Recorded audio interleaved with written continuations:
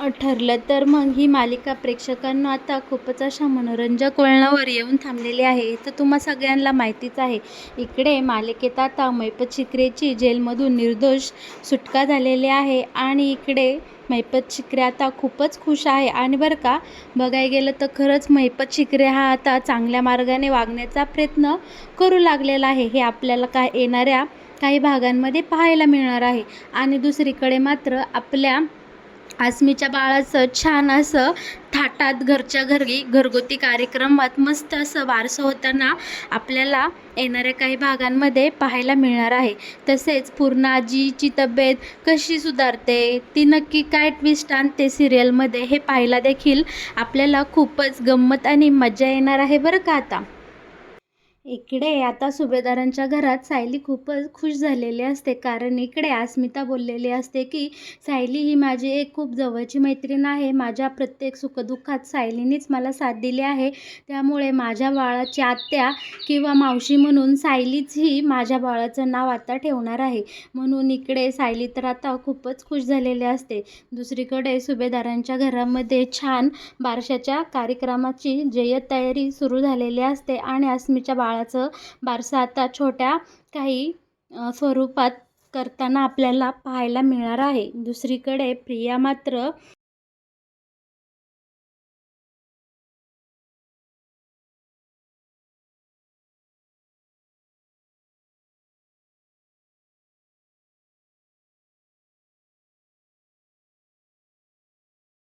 एकाच विचाराने खूप अशी पिछाडलेली असते की काहीही करून सुभेदारांच्या घरी मी प्रेग्नेंट आहे, माझ्या पोटात सुभेदारांचा वारस आहे, ही गोष्ट कसल्याही परिस्थितीत सुभेदारांच्या घरी कळलीच पाहिजे, या विचाराने प्रिया इकडे पारच सैरवैराने बिथरलेली असते. आणि ती एकच असं हात देऊन मागं लागलेली असते की आजच्या आज मी सुभेदारांच्या घरी ही बातमी पोचवणार म्हणजे पोचवणार की माझ्या पोटात सुभेदारांचा वारस आहे. आणि मग काहीही करून सुभेदार मला आता जेलमधून बाहेर काढणारच, या गोष्टीने प्रिया मात्र इकडे खूपच अशी पेटून उठलेली असते आणि ती त्याप्रमाणे जेलमध्ये सेटिंगसुद्धा लावत असते बरं का. आता इकडे प्रताप हा मस्त अस्मीच्या बाळाचं बारसं करायचं म्हणून खूपच खूपच खुश झालेला असतो. इकडे सुभेदारांच्या घरात अस्मीच्या बाळाच्या बारशाची खूपच अशी जोरदार तयारी झालेली असते आणि इकडे वातावरण खूपच मंगलमय झालेलं असतं. सायली ही अस्मीच्या बाळाचं काय नाव ठेवायचं हे छान असं अस्मीच्या कानात सांगत असते आणि सगळेच खूप आनंदात असतं. सगळ्यांनी खूप छान छान मेकअप केलेला असतो बरं का. इकडे सुभेदारांच्या घरचा कार्यक्रम छोटा असो किंवा मोठा असो, त्याची काही वेगळीच बात असते, बरोबर की नाही. त्याला काहीतरी वेगळीच अशी मज्जाच असते. आणि इकडे खूप छान असं वातावरण तयार झालेलं असतं आणि बाळाचं नाव ठेवायला आता इकडे सगळे जमलेले असतात. पण तितक्यात मात्र अर्जुनला एक कॉल येतो आणि अर्जुन बाहेर निघून जातो. इकडे आता अर्जुनला आलेला फोन हा दुसरा तिसरा कोणाचा नसतो, तर हा डायरेक्ट मैपत शिक्रेचा असतो. मैपत शिक्रेने अर्जुनला फोन केलेला असतो आणि मैपत शिक्रे अर्जुनला बोलत असतो की नमस्कार अर्जुन सुभेदार, कसे आहात, बरे आहात ना, माझी जेलमधून निर्दोष मुक्तता झाली. यावर अर्जुन काय मैपतसोबत काही बरे बोलत नाही, कारण अर्जुनला माहिती असतं ना की हा मैपत गुंड प्रवृत्तीचा आहे आणि त्यांनी मला खिजवण्यासाठीच इकडे फोन केलेला असेल. आणि अर्जुन इकडे मैपतचा फोन कट करतो. पण इकडे मैपत पुन्हा एकदा अर्जुनला कॉल करतो आणि म्हणतो अर्जुन सुभेदार, मला तुमच्यासोबत खूपच काही महत्त्वाचं बोलायचं आहे, तुम्ही मला भेटायला या. यावर अर्जुन म्हणतो की मैपत, मला तुझ्यासोबत बोलण्यात काडीचाही रस राहिलेला नाही आणि मला तुझ्यासोबत कसलेही संबंध ठेवण्यात अजिबात इंटरेस्ट नाही. यावर मैपत म्हणतो आहो सुभेदार साहेब, माझ्या गरीबासोबत एकदा तरी बोला, एकदा तरी आमच्या गरीबाची भेट घ्या, मला तुमच्यासोबत बोलायचं आहे, खूप महत्त्वाचं बोलायचं आहे. यावर अर्जुन मात्र आता विचारात पडतो की मैपत मला का फोन करतोय आणि त्याला माझ्यासोबत काय असं महत्त्वाचं बोलायचं आहे. मग आता अर्जुन इकडे विचार करतो, चला एकदा तरी मैपतला आपण भेटून घेऊयात. आणि मग काय अर्जुन मैपतला भेटण्यासाठी तयार होतो. इकडे मैपतसुद्धा खुश झालेला असतो की साक्षात अर्जुन सुभेदार आता माझ्यासोबत बोलणार आहे. जेलमधून बाहेर आल्यानंतर पहिल्यांदाच अर्जुन सुभेदारची आणि माझी इकडे भेट होणार आहे. पण आपला महिपत आता सुधारलेला असतो, त्यामुळे त्याच्या मनात काही कपट कारस्थान अजिबात नसतं बरं का. तो चांगल्या हेतूनेच अर्जुनसोबत बोलणार असतो, भेटणार असतो. आता इकडे अस्मिताचं बाळ अचानक रडू लागतं आणि अस्मितालाही खूप टेन्शन येतं की बाळ का आता रडायला लागलं. इतका छान तयारी झाली ते, आणि बाळाचं नावसुद्धा आता ठेवायचं आणि बाळाला का रडू येतंय. मग काय, इकडे सायली मामीकडे अस्मिता बाळ देते आणि इकडे बाळ हसूच लागते. त्याला ना अस्मिताचे कपडे टोचत असतात, त्यामुळे बाळाला आता इकडं रडू आलेलं असतं. पण आपली सायली खूपच गोड असते आणि ती बाळाला घेते आणि बाळाला शांत करते आणि म्हणते, रडू नको हा बाळा, आता तुला तुझ्या मामीने घेतलं आहे. इकडे आता अस्मिताचं बाळ हसू लागतं आणि संपूर्ण सुभेदार आता बाळाभोवती गोळा झालेले असतात, जमा झालेले असतात आणि ते बाळाचं आणि सायलीचं सगळेच कौतुक करायला लागतात. कारण बाळ सायलीकडे गेल्यावरच हसू लागलेलं असतं. अर्जुनही म्हणतो, वा सायली मामी, कमाल केलीत हा तुम्ही खूपच फेवरेट दिसताय बाळाच्या. इकडे आता सायली ही गालातल्या गालात लाजू लागते आणि बाळासोबत आता सायली आपल्याला खेळताना पाहायला मिळणार आहे. इकडे अर्जुन जरी बाळाच्या बारशात असला तरी अर्जुनचं मन मात्र सारखं महिपतकडेच धाव घेत असतं. अर्जुन एकच विचारात गुंगलेला असतो की महिपतने मला कशासाठी फोन केला असेल, महिपतचं असं काय काम असेल माझ्याकडे, त्याने का मला बोलावून घेतलं असेल. या सगळ्या विचारांनी इकडे अर्जुन मात्र अस्वस्थ झालेला असतो. अर्जुनला असं वाटत असतं की आत्ता जाऊन मी महिपतची भेट घेऊ की काय, असं अर्जुनच्या सारखं मनात येत असतं. शेवटी अर्जुन कामालाच प्राधान्य देताना आपल्याला कायमच पाहायला मिळालेलं आहे.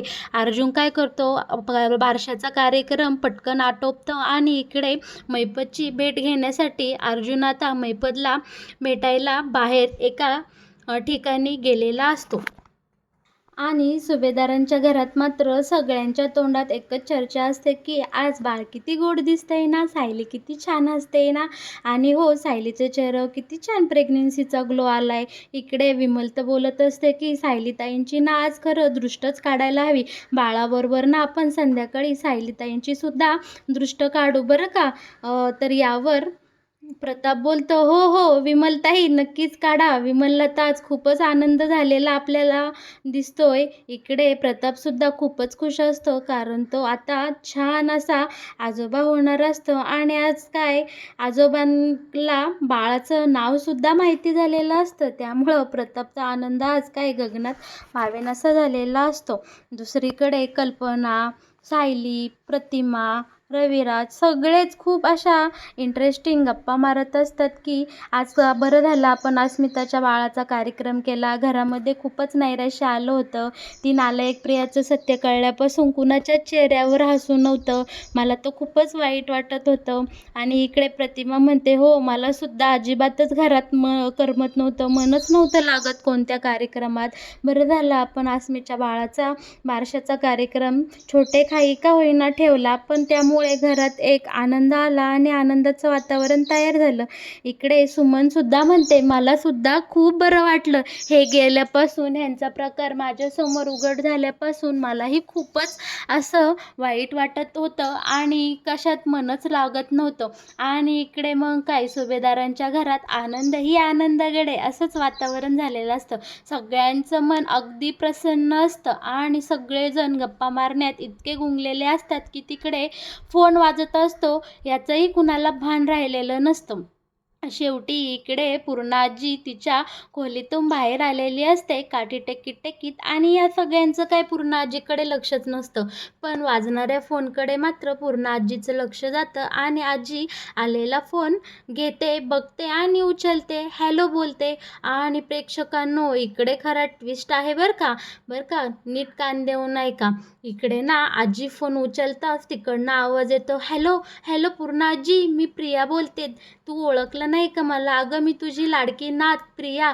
इकडे पूर्णा आजीला मात्र खूपच थरकाप उडतो की एकतर आपल्याला इकडे पाहायला मिळालेलं असतं की पूर्णा आजीला प्रियाचा फोटो पाहूनच खूप भीती वाटलेली असते आणि त्यात आता तर काय त्या प्रियाचा आवाज ऐकल्यावर पूर्णा आजी खूपच घाबरते. तिचा तर बीपीच वाढतो आणि पूर्णा आजी फोनवर म्हणते, कोण प्रिया? कोण ही प्रिया? आणि तू कशाला फोन केला इथे? इकडे पूर्णा आजीचे डोळे मोठे होतात आणि तिकडे मात्र ती नालायक प्रिया गोडगोडच बोलत असते की अगं पूर्णा आजी, मी प्रिया बोलते, तुझी सून, तुझ्या लाडक्या अश्विनची बायको. मला ओळखलं नाही का? बरं ऐक पूर्णा आजी, तू आता पंजे आजी होणार आहे कारण माझ्या पोटामध्ये तुमच्या सुभेदारांचा वंश वाढत आहे. मला ना माझ्या अश्विनला भेटायचं आहे. पूर्णा आजी, तू मला जेलमधून बाहेर काढ ना गं.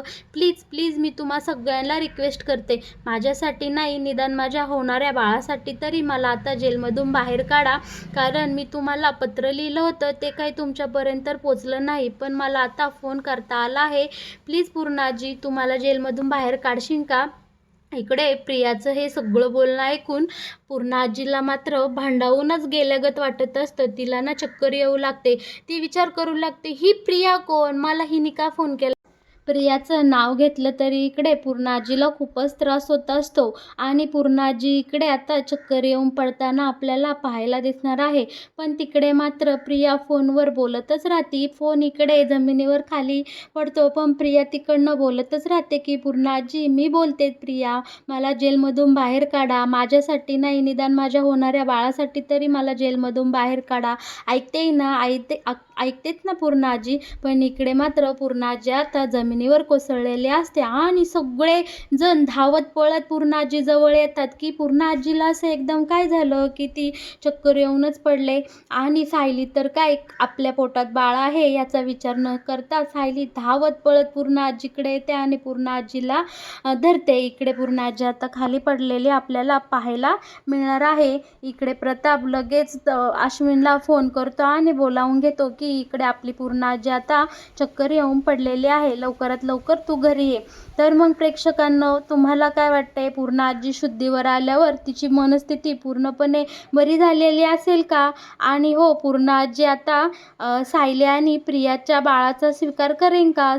पूर्णा आजी सायलीला सायली मानेल आणि प्रियाला प्रिया मानेल का? तिची लाडकी तन्वी लहानपणीच हरवलेली आहे, या गोष्टीचा आता आपली पूर्णा आजी स्वीकार करेल का? आता हे सगळं पूर्णा आजी शुद्धीवर आल्यावरच आपल्याला कळणार आहे की पूर्णा आजी नक्की कोणता निर्णय घेईल आणि ती आपल्या लाडक्या सायलीच्या आणि अर्जुनच्या बाळाचा स्वीकार करेल का अश्विन आणि प्रियाच्या बाळाचा स्वीकार करून प्रियाला सुभेदारांच्या घरामध्ये पुन्हा एकदा घेऊन येईल. आता या सगळ्या प्रश्नांची उत्तरं तुम्हाला जर पाहिजे असेल तर आपल्या चॅनलसोबत नक्कीच जोडलेले राहा.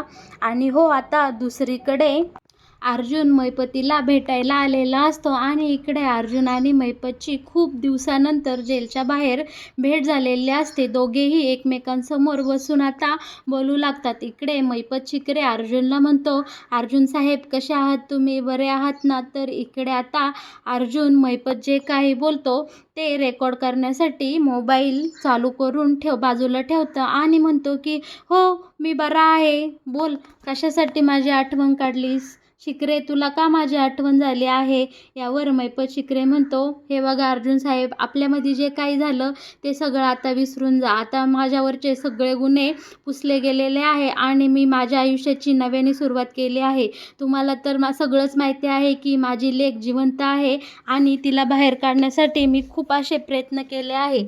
साक्षी आणि मी आता एक नवीन चांगलं आयुष्य जगण्याचा प्रयत्न करणार आहे. त्यामध्ये मला माझ्या मनावरचं एक ओझं खाली करायचं आहे. म्हणूनच मी तुम्हाला इथं बोलवून घेतलं आहे. आजपर्यंत मी खूपच पापं केली आणि त्या पापाची शिक्षासुद्धा मी आणि माझ्या मुलींनी भोगली आहे.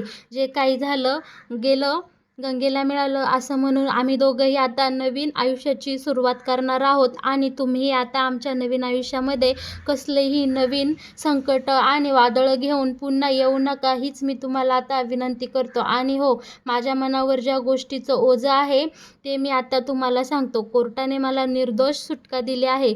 इकडे कोर्टसुद्धा चांगलं वागणाऱ्या माणसाला सोडून देतो, तसंच तुम्हीसुद्धा असं समजा की मी आणि साक्षी आता इथून पुढे चांगलं वागणार आहोत आणि तुम्ही आता आमच्या आयुष्यातून कायमचे निघून जा. पण जाता जाता मी तुम्हाला एक गोष्ट सांगतो, ती खूपच महत्त्वाची आहे. ती अशी की रविराज किल्लेदारची खरी मुलगी कोण हे आम्हाला माहीत आहे, कारण या सगळ्यामध्ये नागराज आणि मी पहिल्यापासूनच एकत्र होतो आणि प्रियालासुद्धा आम्हीच तुमच्या घरी पाठवलं होतं. इकडे आता अर्जुनला खूपच मोठा धक्का बसलेला असतो मैपतचं बोलणं ऐकून की मैपत खरं बोलत असेल का, पण इकडे बरं का मैपत खरंच बोलत असतो आणि तो खरंच त्याच्या मनामध्ये ही राहिलेली गोष्ट सांगण्यासाठीच अर्जुनला तिथं बोलवले असतं. मैपत आता अर्जुनला सांगू लागतो की आश्रमामध्ये जे तन्वीचं गाठोडं होतं त्या गाठोड्याच्या मध्ये एक फोटो आहे आणि त्या फोटोमागे खरी तन्वी कोण आहे याचा सगळ्यात मोठा पुरावा आम्ही त्या फोटोवर लिहून ठेवलेला आहे. आणि ते गाठोडं आता अर्जुन सुभेदार तुम्ही शोधा आणि खरी तन्वी कोण या सत्याचा उलगडा आता तुम्हीच करा, कारण खरी तन्वी कोण आहे हे मला, नागराजला आणि प्रियाला चांगलंच माहीत आहे. पण आता इतके वर्ष आम्ही सगळे एकत्र होतो, खाल्ल्या मिठाला जागलं पाहिजे म्हणून मी आता त्या दोघांचीही नावं घेणार नाही. म्हणून मी तुम्हाला एक क्ल्यू देतो की तन्वीचं गाठोडं शोधा आणि त्या गाठोड्यामध्येच खरी तन्वी कोण आहे या सत्याचा खूप मोठा पुरावा लपलेला आहे. हे ऐकताच अर्जुनच्या पायाखालची मात्र आता जमीनच हादरते की खरी तन्वी जिवंत आहे आणि ती इतकी वर्षे मधुभाऊंच्या आश्रमातच राहिलेली आहे. हे कळताच आता अर्जुनला खरंच खूप आनंद झालेला असतो आणि आता अर्जुन सायली आपल्याला मधुभाऊंना भेटायला जाताना दिसणार आहे. इकडे अर्जुन आणि सायली मधुभाऊंना भेटण्यासाठी आता दवाखान्यात गेलेले असतात आणि तिथे मधुभाऊंची भेट घेतात. इकडे आता मधुभाऊंना सायली सांगू लागते की मधुभाऊ उठा, तुम्ही आजोबा होणार आहेत, कारण आता तुमची लाडकी सायली आई होणार आहे. आणि हे ऐकताच इकडे मधुभाऊ सायलीच्या बोलण्याला रिस्पॉन्स देतात आणि मधुभाऊ त्यांचं हात हलवतात. इकडे आता प्रेक्षकांनो, तुम्हाला काय वाटतंय, मधुभाऊ आता कोमातून बाहेर येतील का, ते सगळ्यांना सांगतील का हे सत्य की सायली हीच तुमची खरी तन्वी आहे, रविराज किल्लेदार आणि प्रतिमा किल्लेदारांची मुलगी आहे? आणि हो प्रेक्षकांनो, तुम्हाला काय वाटतंय, अर्जुन जाईल का सत्यापर्यंत, पोचेल का, अर्जुनला कळेल का त्याची बायकोच खरी तन्वी आहे? या सगळ्याची उत्तरं जर तुम्हाला पाहिजे असेल तर आपल्या चॅनलसोबत शेवटपर्यंत जोडलेले राहा आणि हो, आपल्या चॅनलला सबस्क्राईब करायला अजिबात विसरू नका. मग प्रेक्षकांनो, तुम्हाला कसं वाटतंय? ठरलं तर मग या मालिकेत येणारं हे नवीन वळण